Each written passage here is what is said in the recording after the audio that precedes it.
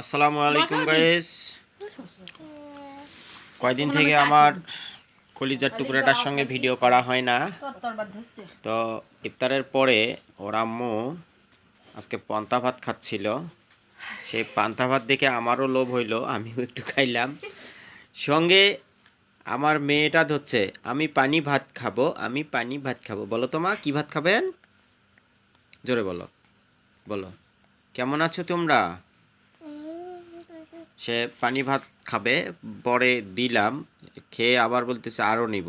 এবার লাস্টে বলতে পারছে যে আমি পান্তা ভাত খাবো। বলো তো পান্তা ভাত, পান্তা ভাত। সে এখন অনেক কথাই বলে। আসলে বন্ধুরা, কয়দিন থেকে ওকে নিয়ে ভিডিও দিতে সময় পাই না। মানে বাড়ির আসলে খামারের কাজগুলো নিয়ে আমি খুব বিজি।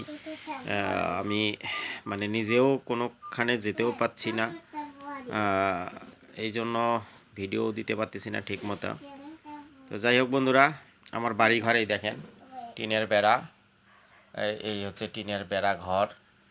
এখন আল্লাহর রহমত, আল্লাহ পাক যা দিছে শুকরিয়া আদায় করি আলহামদুলিল্লাহ, যে নিজের একটা জায়গায় টিনের বেড়া হইলেও ঘুম পেড়ে যে আরাম, আসলে বাসা ভাড়া নিয়ে সেগুলো হয় না। তো বন্ধুরা, সকলেই দোয়া করবেন আমি যেন আমার খামারটা সুন্দরভাবে পরিচালনা করতে পারি, আর সঠিকভাবেই যেন সব কিছু আমি করতে পারি, সেই দোয়াটুকুই চাই আপনাদের কাছে। তো ভালো থাকবেন, সুস্থ থাকবেন, আল্লাহ হাফেজ।